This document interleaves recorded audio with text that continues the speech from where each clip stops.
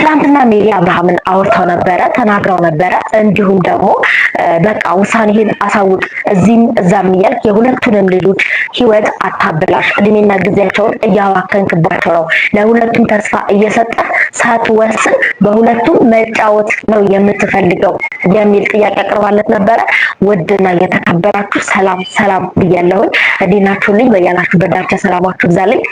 እና ሜሪ በጠየቀችበት ሁኔታ ላይ እሱም መልስ ሰጥቷል። አይ እኔ የምፈልገው አንድና አንድ ሄርሜላን ነው። ሄርሚ እኮ ላርግሽ ነካ ነካ እያለ ሲያቆለጳጵስም አይታችኋል፣ ሰምታችኋል፣ ያያችሁት ነው። ትናንትና ሩታንም ውስጥ እግሯን ነበረ እያለ የሚስበው። ይሄ የዓለም ያወቀውና ዓለም የሞቀው ፍርድ ቤትን በቻፓ ያረጋገጠው ነገር ነው። እንደምታውቁት ነው እንግዲህ ከጥንት ከጠዋት ጀምሮ ስናየው የነበረ ነው። ወይኔ ግን በነገራችን ላይ ወንድ ልጅ ዛሬ ኡና ይላችሁን ነገር አኛ አርጎ ነው የሚለቅሳችሁ። በቃ ምን ልበላችሁ፣ ይሄ ነው እውነታው ማለት ነው።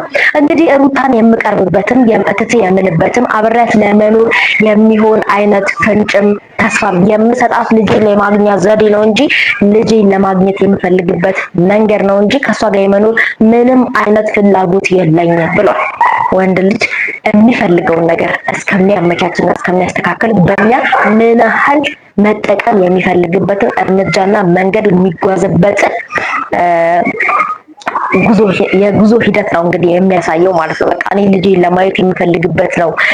ከሷ ጋር የታረቅኩትም እንደዛ ምሽለጠለጠውም እሷን ለማግኘትም የምፈልግበት ምክንያት ልጄና ልጄ ነው። አንዴ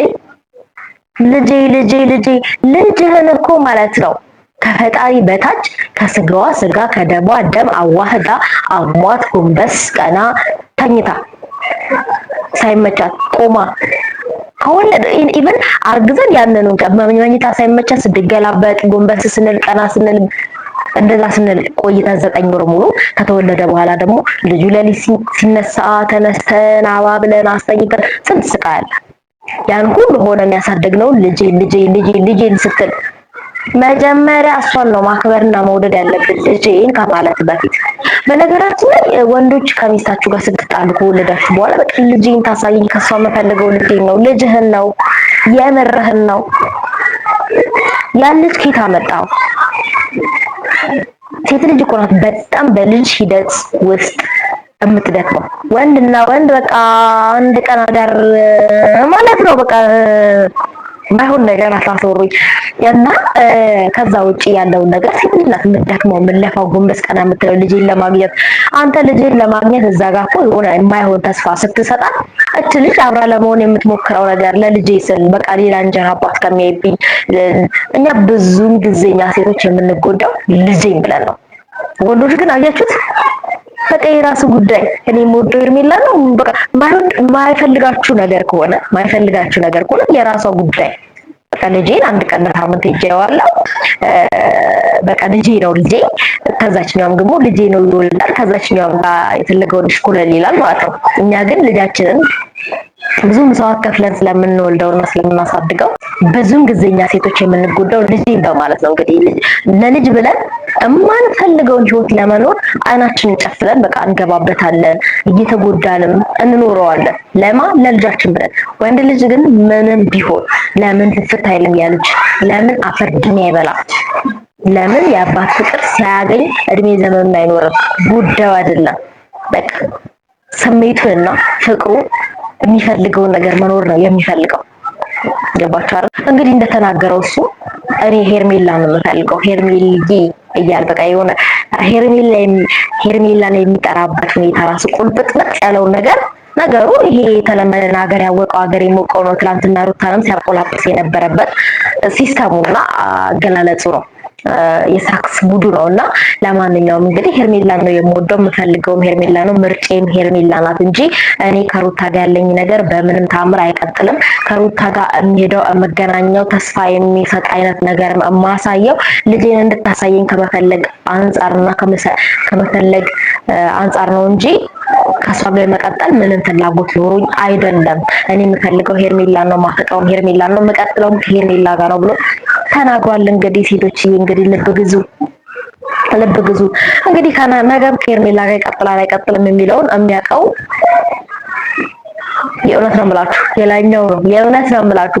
ምክንያቱም ትላንትና ለሩታ ያለውን የፍቅር መጠንና የፍቅር ሁኔታ ስታዩ እንኳን እንደዚህ አይንሽን ላፈር ይላታል። አላፈቅሽም በአደባባይ ወጥቶ አልፈልግሽም ይላል የሚለው ነገር ይቅርና እኔ እንጃ በቃ መሬቱን ራሱ አትርገጥ የሚል ነገር ያደርጋል የሚል ስሜት ነው እናንተ ጋር ያለው ተመልካች ጋር የእውነት ነው እኔ ጋር ያለ ነገር ነው። ግን እንደዚህ ተገልብጦ ጊዜ ያው እንደ ትንሽ አመት ብትገፉት በ5 አመት የትዳር ጊዜ ያለን የ10 አመት የትዳር እድሜ ያለን ይባላል እኮ ነው ወሬው ላይም ራሱ ገና በአመትና በ2 አመት ይሄን ያህል ጥንብርኩስ መወጣጣት በጣም የሚደብርና የሚከብድ ነገር ነው። እንግዲህ ደግሞ ሄርሜላን በትዳር መሀል ተልቅቀሽ ገብተሽ እኔን ነው የሚወደው እኔን ነው የሚያፈቅረው ከኔ ጋር ነው የሚኖረው ከኔ ጋር ነው መኖር የሚፈልገው አንቺ ተርፍ ነገር ነሽ ብለሽ እንዲገብተሽበታል። እንግዲህ አንቺም ነገ ስትወልጂ ደግሞ ያንቺን ልጅ ጥሎ ልጄን እንድታገናኘኝ ነው እማገኛት እንጂ አልፈልጋትም ብሎ እንደማይል ምንም ማረጋገጫ የለም። ያኔ ደግሞ አንቺም ይህንን እጣ ፋንታ ልትኖሪው ትችያለሽ። ሴት ሆነሽ በሴት ህይወት ላይ እንዲህ ምስቅልቅል አድርገሽ ዛሬ ለመኖር የወሰንሽውን ህይወት ነገ ትጠይዋለሽ፣ ትማራሪበታለሽ። እኔ እንጃ ብዙ ልጆች ካንተ መውለድ ነው የምፈልገው። እኔ በጣም የሚገርመኝ ልጅ እንዳለው ሚስት እንዳለው እያወቃችሁ ገብታችሁ እኔ ነኝ በቃ ከኔ ጋር የሚወልደውን የሱ ልጆች ማለት የምትፈልጉት ከአንቺ ጋር ወልዶ ከአንቺ ጋር የሚወልዳቸው ልጆች የሚያሳድግበትን ሄደን አሁን ከሩታ ጋር ያለውን ልጅ ትቶ ጥሎ ከአንቺ ጋር ያለውን ግን ሲወጣ ሲገባ ልጆቼ እያለ አባዬ እያሉት እንዲኖሩ የምታደርጉት ሲስተም እኔ በቃ እኔ እውነት ነው የምላችሁ በሚገርም ሁኔታ የኛ የሴቶች ልጆች አስተሳሰባችን ምን አይነት ደረጃ እንደደረሰ በጣም ነው የሚገርመኝ። ፍላጎታችን፣ ምኞታችን፣ ሀሳባችን ምን እንደሆነ ለሩታ ልጅ አባት መሆን ያልቻለ ወጥቶ ይወጣ ሲገባ ለልጁ መሆን እንደማይችል ልጅ ማለት እኮ መጥቶ አይቶ መሄድ አይደለም፣ አቅፎ ስሙ መሄድ አይደለም። ልጅ አለኝ ማለት አብሮ ማሳደግ ነው። ሲወጣ ሲገባ አባዬ እያለ አላል አብሮ ማሳደግ ነው ልጅ እናትና አባት ተብሎ የሚታሰበው። በስንት አንድ ቀን መጥቶ በስንት አንድ ቀን አየው አባቱ መጥቶ አየው ብሎ ነገር የለም። እንደዚህ አይነት አባትነት ጥንቅር ብሎ ይቀር። አብሮ ያላሳደገ አባት በስንት ቀን አንዴ መጥቶ የሚያይ አባትነት አይደለም። እና ይሄንን አሁን ለምሳሌ አንቺን አግብቶሽ ወልዶ አሁን ከሄርሜላ አግብቶሽ አንቺን አግብቶ ሄርሜላን አሁን ወለደ። አንቺን ልጆችን ጥሩ ሌላ አግብቶ እየመጣ ደስ ይልሻል? አይመችሽም? ደስ አይልሽም?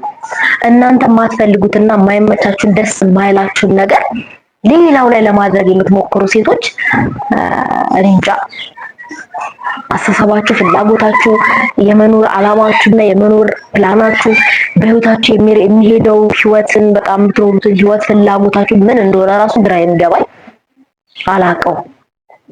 የእውነት በጣም ነው የሚገርመኝ። ሲሪየስሊ እንደ ባይገባስ ነው የወጥ እዛም እዚህም እያለ አንድ ባለ ሁለት ከማግባት አንድ ባለ ሁለት ለማድረግ እንዴት ዳርን በጥብጦ አብሮ ለመኖር ከመሞከር ባይኖርስ ባይገባ ምን ይመጣል? ምን ይመጣል? ነገሩ ሁሉም ስሜት ጋር ሁሉም ሴቶች ጋር የኔ አይነት ስሜት አይኖርም። እና ለማንኛውም እንግዲህ ሁላችንም ቤት ተጣፋታው ያንኳኳል። ወንድ ልጅ ደግሞ ልክ በሄደበት የሚሄድ በነፈሰበት የሚነፍስ ሁሉም አይን አዋጅ የሚሆንበት ፍጡር እንደሆነ በአብርሃም ማረጋገጥ ይቻላል። አሁን ራሱ የመምረጥ ፍላጎት የለም። በቃ የመምረጥ አይን አዋጅ ነው። እንደዚህ አይን አዋጅ የሚሆንበት ወንድ ደግሞ ሄርሜላ ጋር ማይቆይም፣ አንዷ ጋር ማይቆይም። አሁን ሚስቱን ጥሎ ይሄዳል፣ እዛች ጋር ማይቆይም፣ ከዛች ደግሞ እዛችኛው ጋር ይሄዳል። ለሴቶች በህይወቱ ሲያለቅሱ ነው የሚኖሩት። 5-6ቶች ይሆናሉ። ከ5 ከ6 ይወለዳል። እዛችም ጋር ልጄ ብሎ ይሄዳል። እዛች ጋር ልጄ ላይ ነው የሄድኩት ይላል። እዚችም ልጄ ላይ ነው የሄድኩት ይላል። ጠቅጠቅም ኖረ ምንም ኖረ በቃ ስላችሁ በቃ ልጄ ላይ ነው እያለ ለሚሄድ አይቀር። መውለድም መኖርም መክበድም የሚባለው ከአንድ ጋር ነው። እዛም ማማሰያ ቢያቃዩት ወጣ ያጣፍጥ ይላል የሀገር ሰው ሲተረት። የድሮ ተረተኞች እና የድሮ ሰዎች ተረታቸው ምሳሌያቸው ጠብ ማይል ነገር ነው። ለማንኛውም ወደ ቤተሰቦቼ ሰላማችሁ ይብዛልኝ። ከኔ ጋራቸው ማለት እወዳለሁ። ቶሎ ቶሎ ለመምጣት ሞክራለሁ። እንግዲህ አልጠፋም በተቻለኝ መጠን